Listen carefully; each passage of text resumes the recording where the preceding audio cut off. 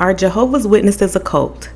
Don't take my word for it. Don't take anybody's word for it. I'm just here to present the facts, and you can draw your own conclusion because the proof is in the publication. If you have not seen part 1 of this series, go ahead and pause this video and check that out.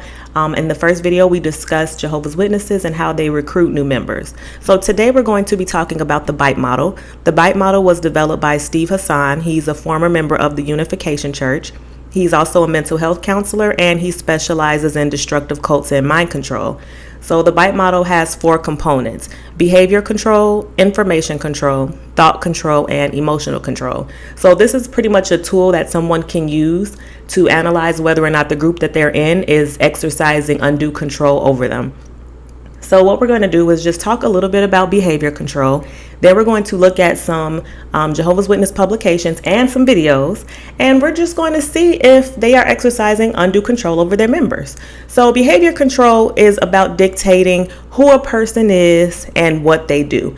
A group that exhibits behavior control wants to have a say-so in a person's life, all the areas of someone's life. So that can include who they associate with, where they work, where they live, what kind of recreation they take part in, how they spend most, if not all, their free time. A group that exhibits behavior control wants to have control over that. They want you to be dependent on them for most, if not all, of their life decisions. They want you to be obedient to them. They want you to be, again, dependent. They want you to feel like you can't make a decision without them. The things that make you unique, the things that make you are stripped away from you, and groupthink is encouraged. So you're encouraged to talk, think, act like the other members of that group. So we're going to look at some articles, some Watchtower articles, and I want to just show you all some articles that highlight just how much individualism is discouraged among Jehovah's Witnesses and how dependence and obedience is promoted. So what we're going to look at first is a Watchtower 2006, January 1st edition. Seeking righteousness will protect us. So I'm going to read paragraph 17 from that article. And then right after that, I'm going to jump into another article from 1983, the January 15th. Again, all of these articles will be in the description. So if you want to read them in their entirety, you're free to do so. So again, I'm going to read them back to back. In the world today, many are headstrong, puffed up with pride, and some Christians have been influenced by that way of thinking. Some have even become opposers of the truth. When it comes to pure worship, it is vital that we look to Jehovah for direction and cooperate with the faithful and discreet slave and the congregation elders. That is a way to seek righteousness, and it protects us from developing an independent spirit. The congregation of the anointed is a pillar and support of the truth. Jehovah has provided it to protect and guide us. Recognizing its vital role will help us to do nothing out of egotism as we humbly submit to Jehovah's righteous will. So again, I'm going to jump to the next article, and the subheading for this article literally is avoid independent thinking. They said it. I don't have to say much there. But it says, from the outset of his rebellion, Satan called into question God's way of doing things. He promoted independent thinking. You can decide for yourself what is good and bad, Satan told Eve. You don't have to listen to God. He is not really telling you the truth. To this day, it has been Satan's subtle design to infect God's people with this type of thinking. So as we can see here, the Organization of Jehovah's Witnesses makes it very clear that they view independent thinking as satanic. So making your own decisions without consulting them, without looking for their guidance, is an infection from Satan. That's what they're saying. And looking at the paragraph I read before that one, again, they're warning about this independent spirit. They said people who have an independent spirit end up opposing the truth. Of course, they refer to their religion as the truth. And so what is really encouraged here is looking to the elders in the congregation for guidance instead of trusting that you are a reasonable, rational adult who's capable of making their own decisions. They don't want you to feel that way. And I think in some of the videos I'm going to show and a few more articles, you will see just how much emphasis they place on that. They do want you to come to a place where you don't even trust yourself that you can make your own decisions. So anything you have to do in life, you're looking to them to guide you. So I'm going to read another article. It's from the Watchtower 2011, April 15th. And I'm just going to read the paragraph. How then do we react when we receive divine direction? Do we try to apply it right afterward, or do we continue doing things just as we've been accustomed to doing them? Are we familiar with the up-to-date directions, such as those regarding conducting home Bible studies, preaching to foreign-speaking people, regularly sharing in family worship, cooperating with hospital liaison committees, and conducting ourselves properly at conventions? We also show our appreciation to God's guidance by accepting counsel. When faced with far-reaching decisions, we do not trust in our own wisdom, but look to Jehovah and his organization for guidance. And just as a child seeks his parents' protection when a storm rages, we seek protection in Jehovah's organization when, like a thunderstorm, the problems of this world strike us.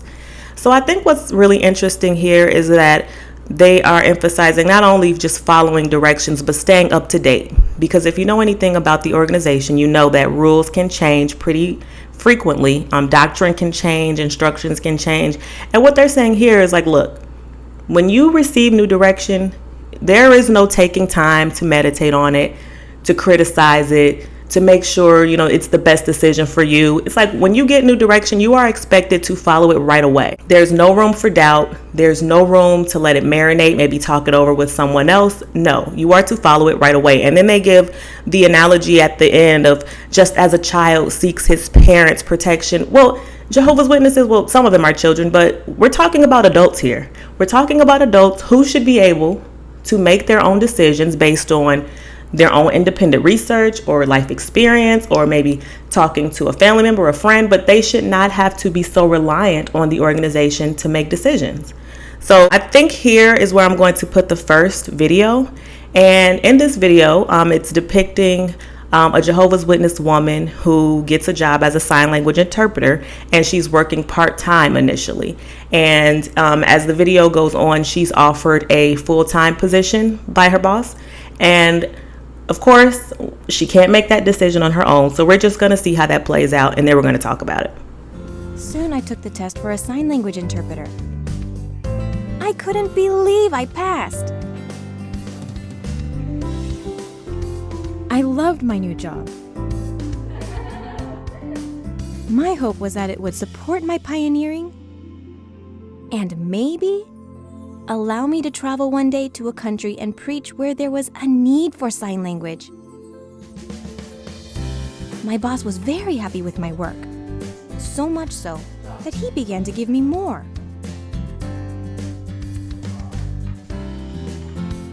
Everyone seemed appreciative, and the extra money didn't hurt.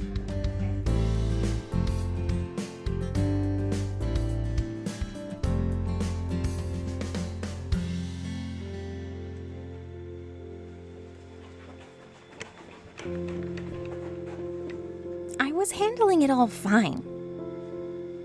Okay, for a while.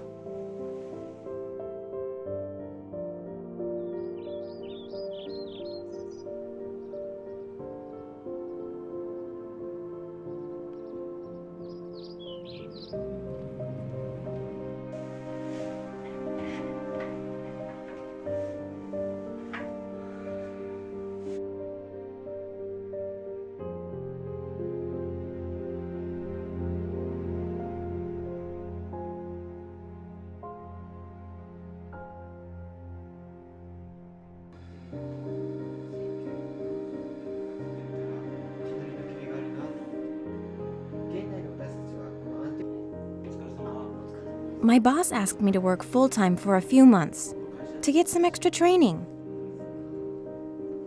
The raise could help me with planning my trip abroad.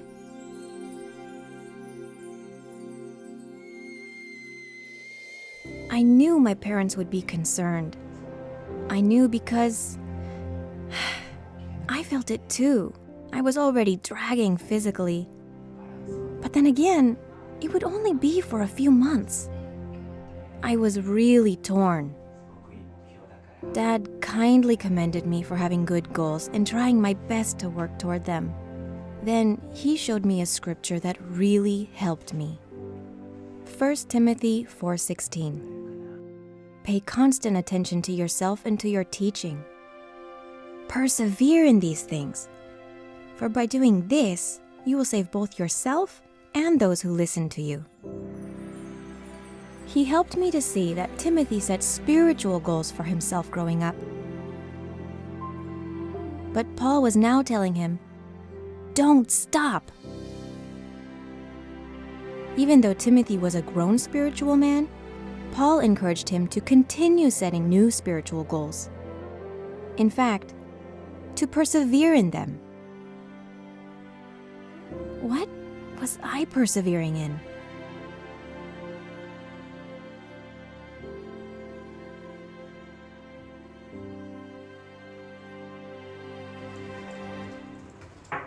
I kindly turned down the offer and explained to my boss that I'd like to keep my hours to a minimum.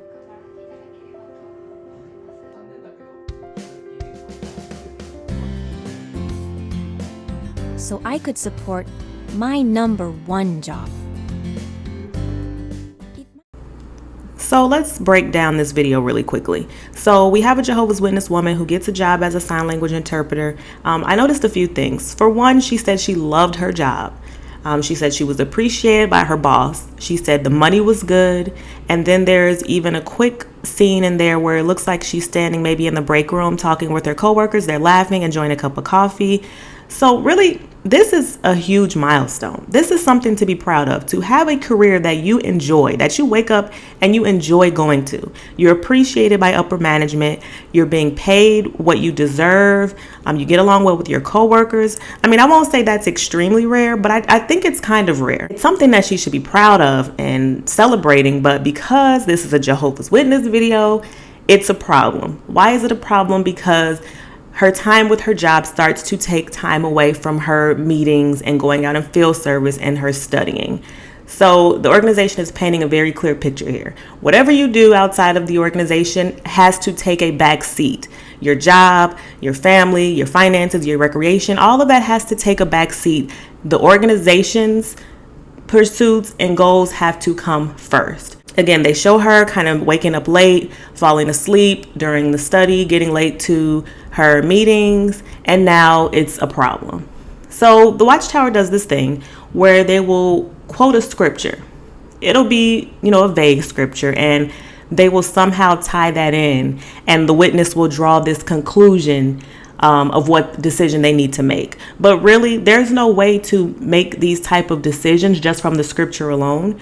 You have to read the scripture, and then you have to interpret it the way the governing body, the leaders of the organization, want you to interpret it. In this video specifically, she quotes 1 Timothy 4:16, pay constant attention to yourself and to your teaching. And, by doing this, you'll save yourself and those who listen to you. Okay, go off, I guess, but I don't really see how you could read that scripture and draw the conclusion that, I can't take full-time work because I need to spend more of my time in my quote-unquote real job, what she calls it, or her number one job, which is going out in field service and recruiting new members into her organization and going to the meetings. I just don't really see how that scripture drew you to that conclusion, because it didn't. It's not the scripture, it's the way the governing body interprets the scripture. So let's move on.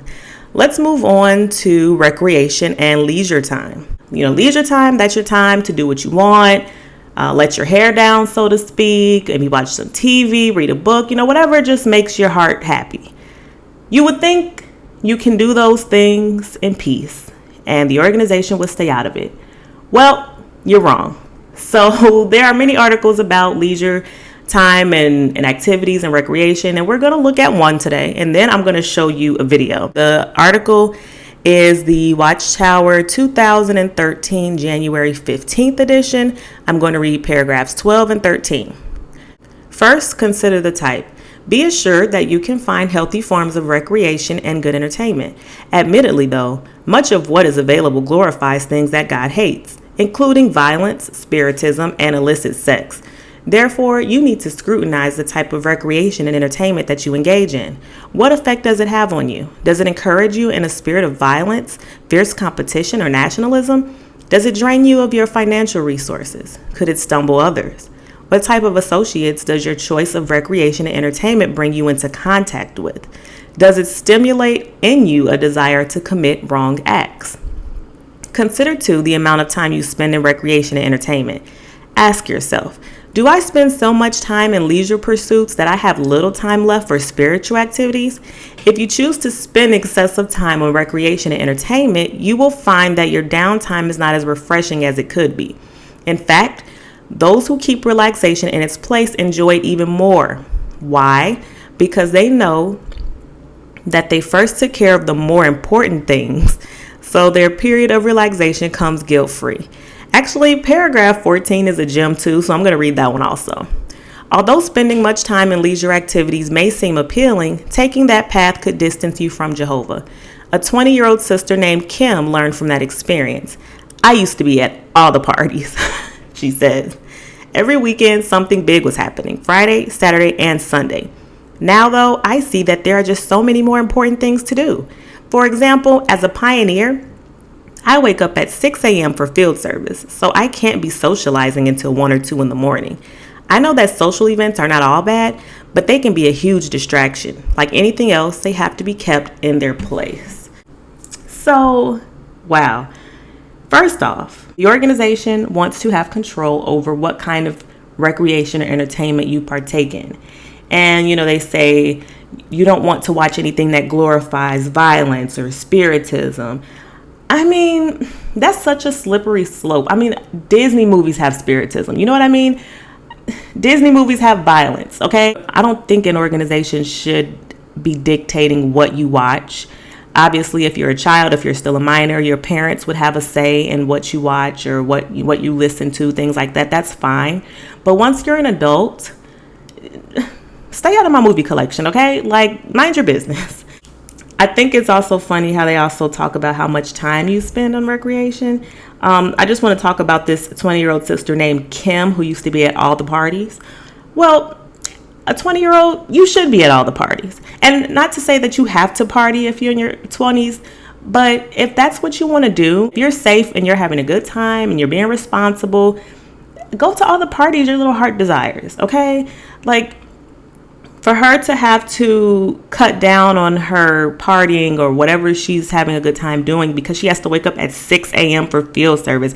And you know what? This really did bring back memories of being a teenager and really having that experience. You would be out somewhere Friday night having a great time, and it wouldn't even necessarily have to be a party. I mean, a group of kids from my hall, we used to go skating a lot, and the skate session was maybe from I don't know, maybe it was from 9 to midnight or 9 p.m. to 1 a.m., something like that. But that was always in the back of your mind while you're at the skating rink. It's like, oh, you know what? I probably shouldn't stay for this whole thing because I have to get up in the morning for field service. It's like, again, everything has to take a back seat to what the organization wants you to do, to the organization's activities. And when you're a Jehovah's Witness, if you work or you go to school Monday through Friday, and then Saturday you have to get up and go out in field service, and then Sunday you have to get up and go to the meeting, there is not one day of your life where you're not obligated to someone. You don't have one day that you are entirely able to just relax and keep to yourself. Every day of the week is accounted for. You have somewhere to be. Every day you have to set your alarm to be somewhere. And that is such an exhausting life. That got exhausting for me so fast. And one of these days I will be uploading my story of why I left and all that. But that was one of the things. I was so exhausted trying to work, trying to go to school, trying to have a social life, and then trying to keep up with the theocratic activities. It truly is exhausting, and it's not sustainable. You can't really have your social life and your recreation life and your work life. All those things have to be cut down so that you have more time for the organization. And now I'm going to show the next video. It shows 2 Jehovah's Witness men. I don't really know how old they're supposed to be here. They look maybe in their early 20s. And one of the brothers starts to talk about a show he's going to binge watch. And this just turns into an entire teaching moment. And I'm just going to go ahead and warn you about the straight to DVD level acting. Okay, so if you're going to cringe now. Thanks so much. You're welcome. Your coffees will be ready in a minute. I'm just waiting on our drinks. Hey, what are you so into? Bro, they just released the entire season 2. Let's binge watch this weekend. Yeah, I don't watch that show anymore. It started getting weird. All the heroes live together in that house and date each other. Right, but It's about the action scenes. It's not like it shows them having sex. Order's up. Your coffees are ready. I'll get it.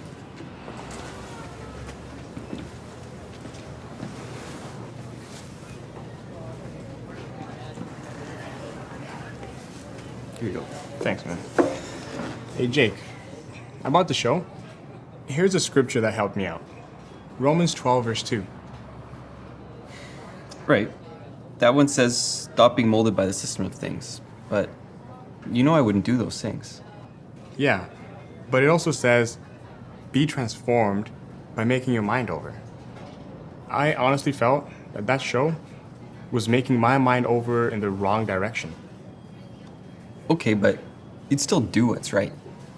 Sure, but let's say, for example, you're interested in someone. Let's say Vicky. Maybe. Well, imagine the two of you start dating. You'd find good ways to get to know each other and see each other in different situations. But if your mind isn't fully made over to Jehovah's way, how far might you go?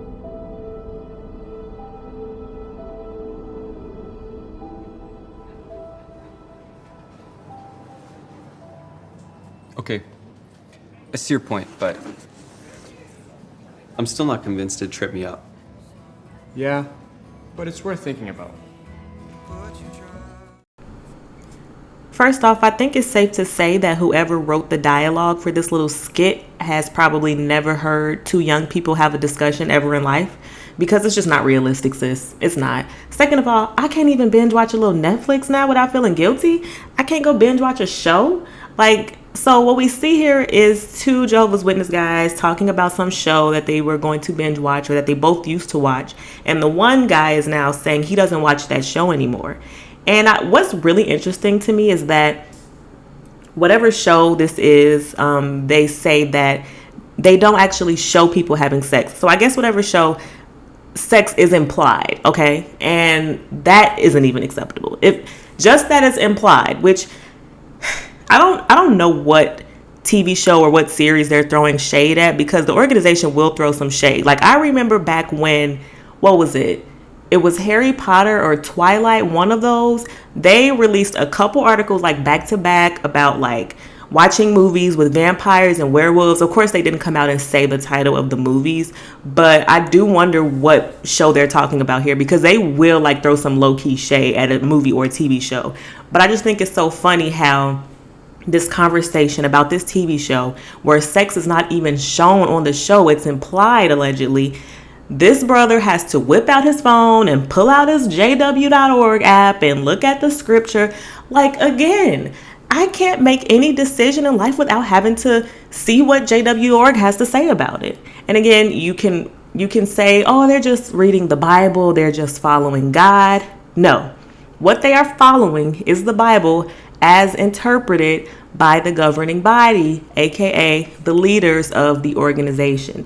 So whenever you're picking a show to watch, or if you've already been watching a show, or if you have a favorite movie, or maybe you see a trailer to a movie and you're looking forward to going to see it, nope, you got to pull JW.org out first, read a scripture, make sure that movie, that TV show has nothing in there that the governing body disapproves of. It's exhausting. Like, at this point, I don't even want to watch TV no more. Y'all just ruined the whole leisure time. Like, I don't even want to have leisure time anymore because you ruined it. The governing body probably wants to just have witnesses watch their movies and their bad acting skits, and they wish they could just tell Jehovah's Witnesses, just watch jw.org at this point, because anything else they try to watch, there will be a way for a witness to feel guilty about it. I mean, anyway, let's look at the final aspect of behavior control we're going to talk about. There's so many, you all, and I don't want this video to be 2 hours long. But the last aspect we're going to look at is association. Now, if you are familiar with Jehovah's Witnesses at all, you know they are expected and strongly encouraged to associate with other Jehovah's Witnesses and other Jehovah's Witnesses only. They do go to school, they do go to work, but they are encouraged to keep those relationships in their proper place. So if I go to work, those coworkers are expected to remain only coworkers. I should not be going out to have drinks with them after work or just spending too much time talking to them on my lunch break or things like that. If I'm in school, my classmates are just expected to stay my classmates. I should not be talking to them after school or hanging out with them on the weekends, things like that. So there's an Awake article 2005 from August 22nd. It's a Young People Ask. The title is How Can I Avoid Getting Involved with the Wrong People? I really just want to start with this quote at the top. It's supposedly by a girl named Beverly, which I don't know if these quotes are really from people or not. Who knows? It says, I began to hang out with a girl at school. She wasn't into drugs, partying, or being promiscuous. She didn't even swear, and she got straight A's. But she was definitely a bad associate. Like, girl, what? Okay, let me read the next paragraph before I start ranting. The rest of this article, it's just about what kind of friends are good. It talks about how even people who are, seemingly good people, if they have good morals, they don't get into trouble, they follow the law. If they're not Jehovah's Witnesses, they are still bad association. The one paragraph says, even godless people may manifest fine friends. But if you choose them as your close friends, your thinking, faith, and conduct will be affected. Thus, in his second letter to the Corinthians, Paul stated, do not become unevenly yoked with unbelievers. So if you've never been a Jehovah's Witness and you've stumbled upon this video, and maybe you have a coworker who's a Jehovah's Witness or a classmate, and maybe you have invited them places to parties or gatherings, and maybe they've kind of brushed you off or made excuses, that's why. That is why Jehovah's Witnesses are instructed not to be friends with outsiders, because you all will eventually be a bad influence on them. Even if you have good morals, if you're an upstanding citizen, they're saying that. They're saying, yeah, we know everybody who's not a Jehovah's Witness is not a criminal or a lawbreaker or just out here living reckless and doing drugs. But they're still saying, no, they still shouldn't be a friend. You still should not be their friend, because that's not someone who is going to push you further into the congregation. That's not somebody who's going to place emphasis on field service and meetings. A person who is not a Jehovah's Witness will probably live a more balanced life, and it will become apparent, and the Jehovah's Witness will kind of probably start to want to live like that. Like, oh, wow, this is nice. This person doesn't have to wake up at 6 a.m. to go out in field service. They don't have to spend every day preparing for meetings and studying.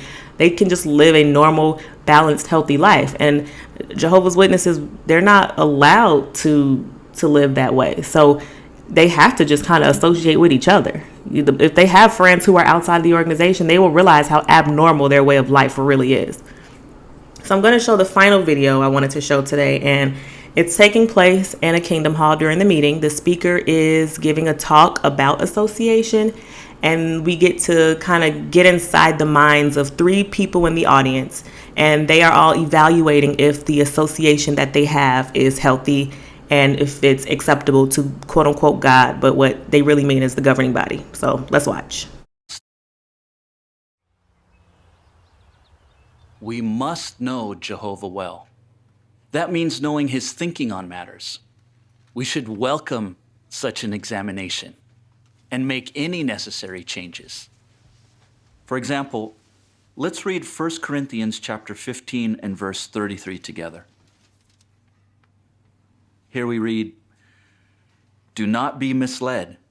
Bad associations spoil useful habits. As familiar as that principle is, can you think of an area in your life where it's difficult to apply? Hey, John.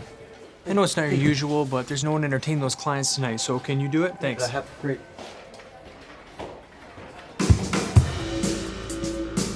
Till then, it wasn't my usual thing.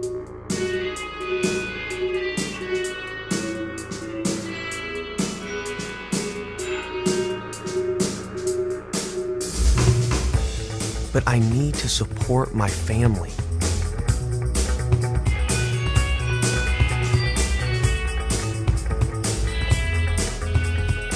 And these aren't really my friends. I can handle it. think. We're faced with bad associations in subtle ways. This may require us to ask additional questions of ourselves. Are we letting in bad association through social media? Perhaps we can think of another way bad association. I don't think so. Except for some friends from my old congregation. Wow, they're not doing so well spiritually. But if I stay connected and see what they're doing, maybe I can help them. Associations can affect us. Maybe it's something very specific. Or maybe bad association is coming from a place we never expected.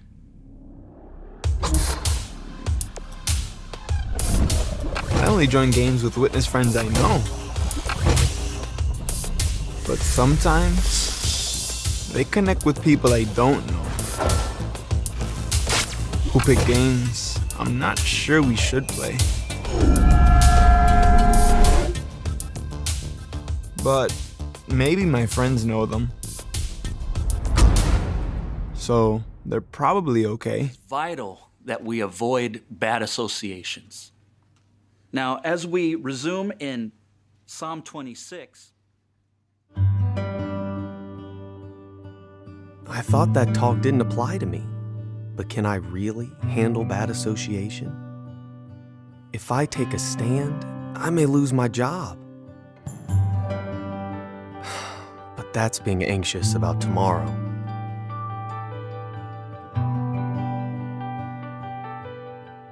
Jesus said, so never be anxious and say, what are we to eat? Or what are we to drink? Or what are we to wear? Jehovah knows I need a job. And I need to set a good example for when my children face bad association.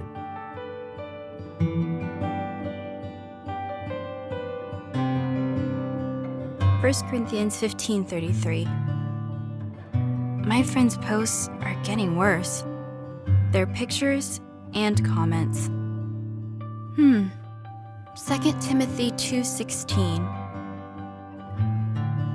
But reject empty speeches that violate what is holy, for they will lead to more and more ungodliness. I'm letting them share empty speeches with me online. I will try to help them while I still can, but following their posts is not the way to do it. I told Mom what's been happening when I game with my friends. She gave me good ideas on what to look for in the research guide. Christian life, association. Is your recreation beneficial? Who are my companions? It says, who are the ones I want to share my leisure time with? Does he have the same Bible-based values and morals that I have? Good question. I don't even know who they are sometimes. Psalm 119:63 says, I am a friend of all who fear you, and of those who keep your orders. But if I only know them online, I can't know if they fear Jehovah. Let's turn in our Bibles to the book of 1 Timothy chapter 1, verse number. I have so much to say about this video, so let's just take these one experience at a time. So the first brother, he's at work and one of his coworkers comes to him and asks him to entertain some of their clients after work. Now, I don't know what field he's in necessarily, but apparently, whatever he has to do, he has to keep these clients happy, keep them spending money with their company, whatever company that may be. Why is that a problem? Why is this something he needs to be worried about or feel guilty about or have to consult jw.org about? You're entertaining clients. This is still a work-related activity. Like, why is it so dangerous to have a glass of wine with a client after 9 to 5 business hours? Are you joking me? This is a grown man. Like, he literally has to be concerned about this. I watched this video several times just trying to figure out why this is something that is considered dangerous. Like, he even says, like, well, they're not my real friends. Right. They're your clients. They're your company's clients. You're keeping them satisfied. You're keeping them happy. You want to keep them with your company. This is still work. But for some reason, because there's alcohol involved and because it's outside of your regular cubicle business hours, this is unnecessary association with outsiders, with non-witnesses, with the world. I mean, just give me a break. Give me a break, okay? And then at the end, he comes to this conclusion that he has to tell his boss he can't entertain these clients anymore, even if it costs him his job. And we already know, if you are familiar with witnesses, you already know the governing body has no problem telling a witness to quit a job if it interferes with their spiritual activities. And I just think that is absolutely absurd. I think it's irresponsible, because unless the governing body is about to cut me a check, they cannot tell anybody that they should put their job on the line for the organization. That's completely crossing the line to me. Like, you're going to put your job in jeopardy because you read a scripture from JW.org and you drew the conclusion that entertaining clients after work is dangerous.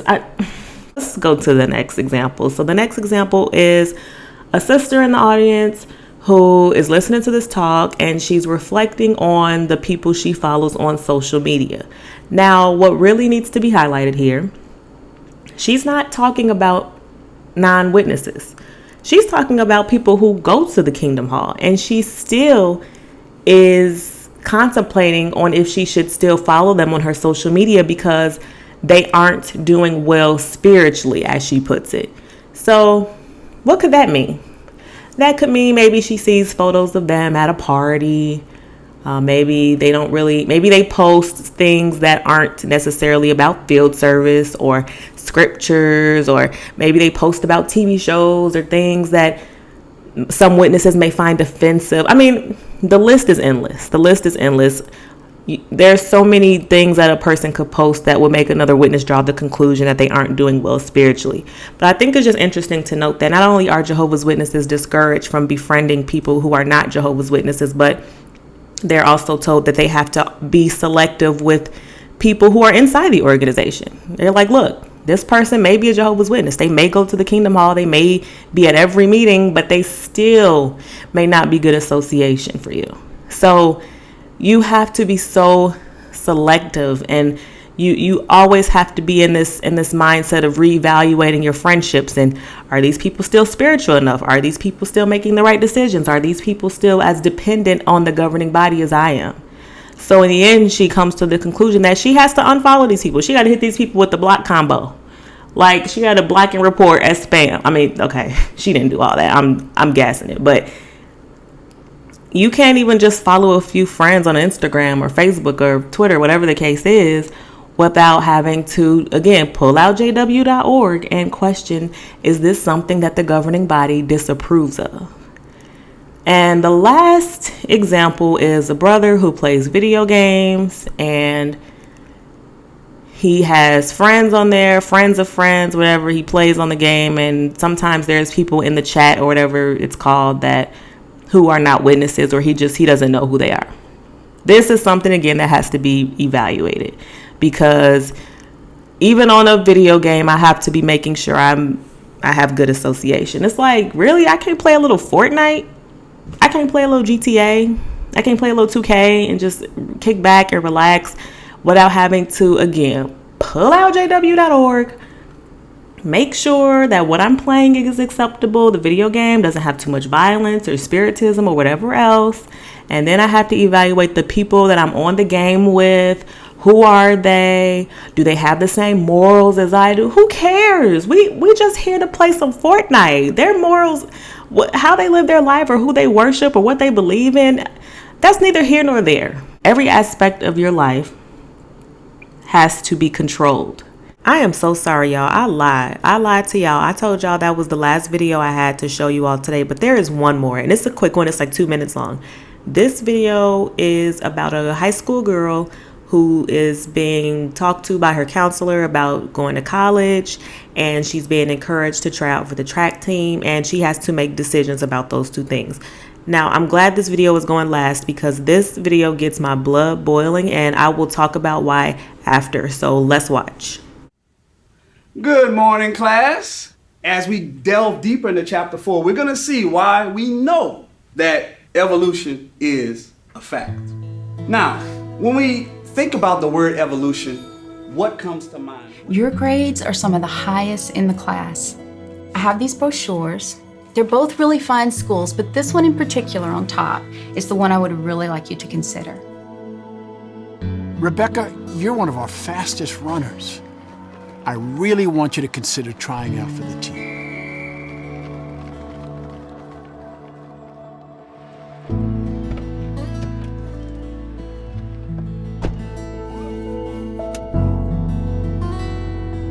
I feel so confused.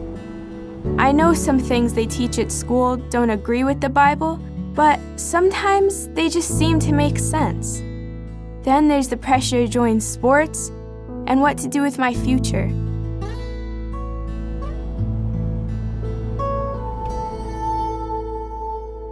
I finally told Mom some of the challenges I was having. She really listened and admitted struggling with some of the same issues when she was younger. Then she shared Hebrews 5:13 and 14. For everyone who continues to feed on milk is unacquainted with the word of righteousness, for he is a young child. But solid food belongs to mature people, to those who through use have their powers of discernment, trained to distinguish both right and wrong. She said when her personal study went beyond the surface on questions and issues that bothered her, she began to discover truly meaningful answers that built up her faith and helped her make good decisions. It helped her to go from just feeling it was the truth to knowing it.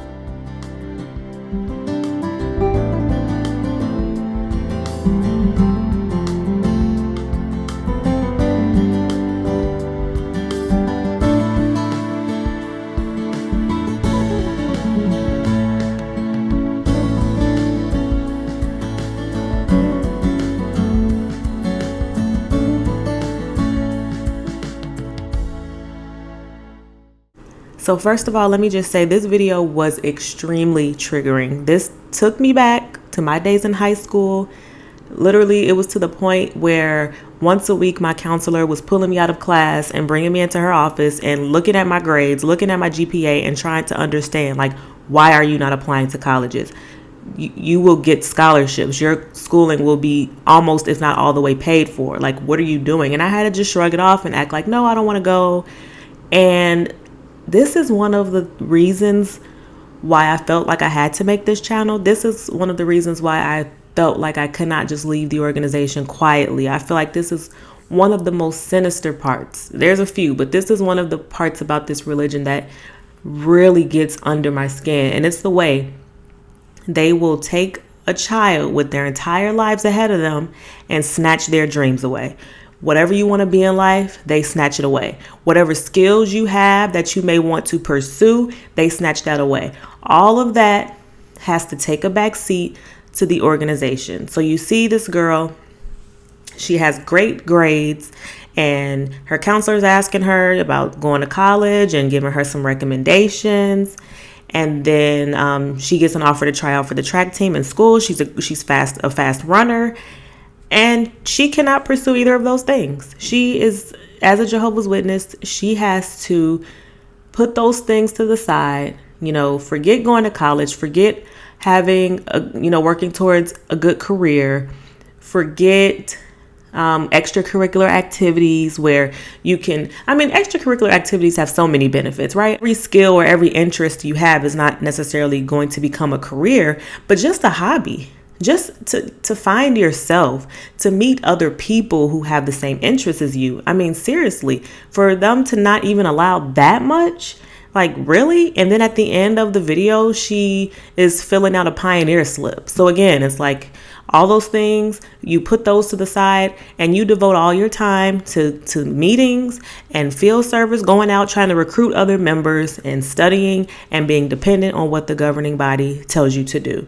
And I also want to mention how I laughed when she was in the classroom and they had the teacher, and in the back on the chalkboard it says evolution is a fact underlined.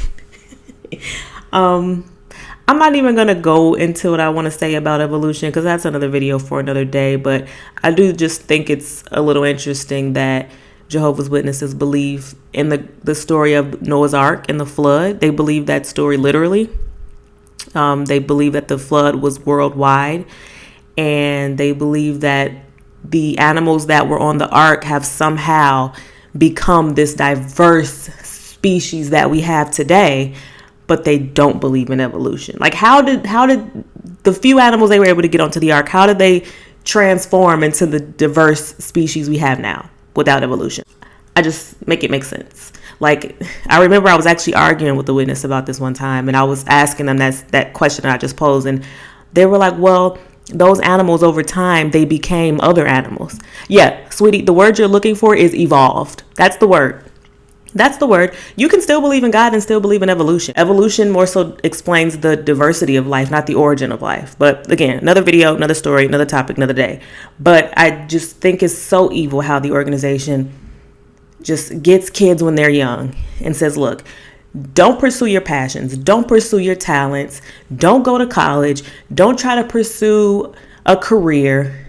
Devote your time and energy into the organization.